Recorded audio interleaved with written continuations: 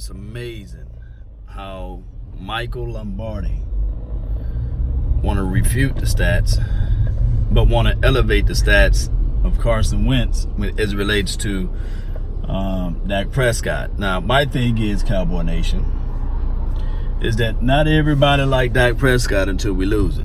And we look at the following years of the Dallas Cowboys before Dak Prescott came here. Of course, we had a guy named Tony Romo who, in my opinion, was really, really good for this team. But, you know, he stayed injured and these sorts of things. So what he's saying is that he went on, I guess, 105.3 The Fan, and he was talking about the fact that Dak Prescott, he's a good quarterback, but not great, which I can give him those brownie points. But he's not worth the grain of salt of 30 million or 32 or 33 or 34. At some point, I want to be able to say this. Don't buy too much into the news media as it relates to contract negotiation. Dak Prescott, when he was talked about after the game, they were saying, hey, how do you feel about the $40 million? And he said, hey, pretty much, shh, you guys keep that hush. You guys know how this news got leaked. Contracts is always a bitter situation. But my thing is with Michael Lombardi, by him talking about the fact that Dak Prescott versus a Carson Wentz, if you guys look at the game, you will see that Carson Wentz was on his MVP status or what have you before he got injured. Injuries is a part of the game. Durability is part of the game. Look, I always like to give this analogy, and I know you guys heard it before. If you have a Lamborghini and you can't afford the gas to put in that Lamborghini, you can't take it to A to Z. How valuable is that Lamborghini? But if you have a Honda, or if you have a Prius, for crying out loud, and it can get you anywhere from A to Z, which one is more valuable?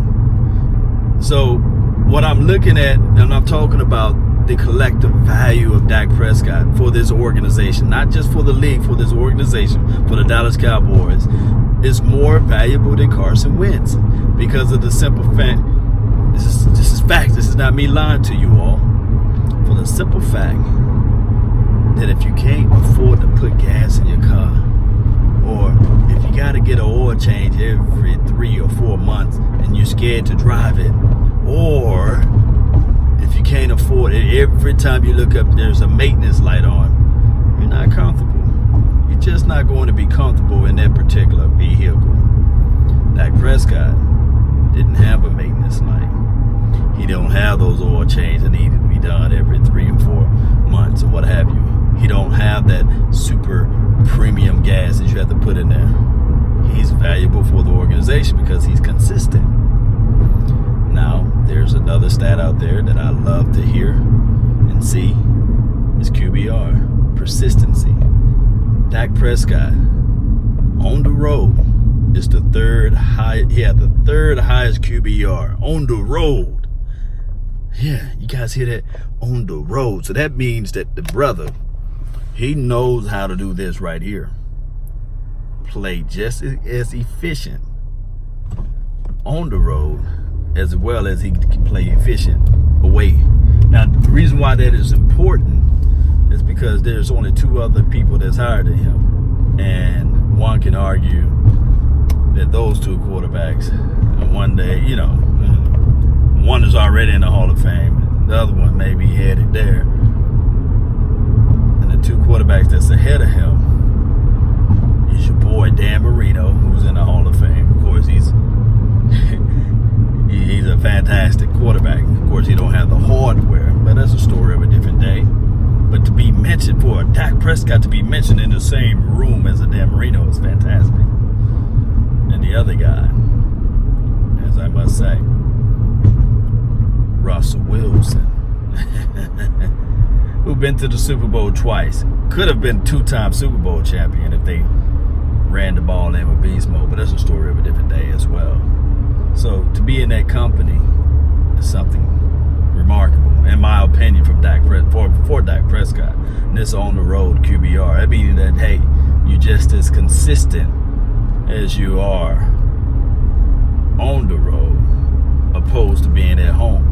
So that gives me a great deed of relief. But I would say this, we can get bogged down in stats all the time. Stats can make you all crazy, because then now you can start looking at numbers, and then you get so left-sided, and you get misguided with numbers because they can all be inflated. Certain teams, different teams does different things. I know they're expecting Dak Prescott to do certain things, but if you got to look at it like this, Cowboy Nation, just look at it like this. If you don't like Dak Prescott overall skill set, then who would you prefer? Who would you prefer this team to go out there and grab right now?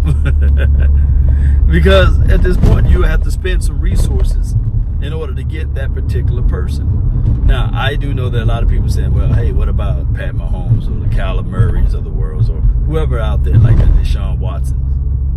Then the only way you'll be able to get those guys, if we were to go back in time, you have to lose. Dak Prescott don't lose. So you guys that don't like Dak Prescott got a very, very, very, very, very, very hard problem to resolve. That's been my time. I really appreciate each and every last one of you all. Thank you all for tuning in. Hey, let's continue to grow. Let's continue to shine, baby. I just want to give you guys my thoughts on that. Boy, they hate Dak Prescott.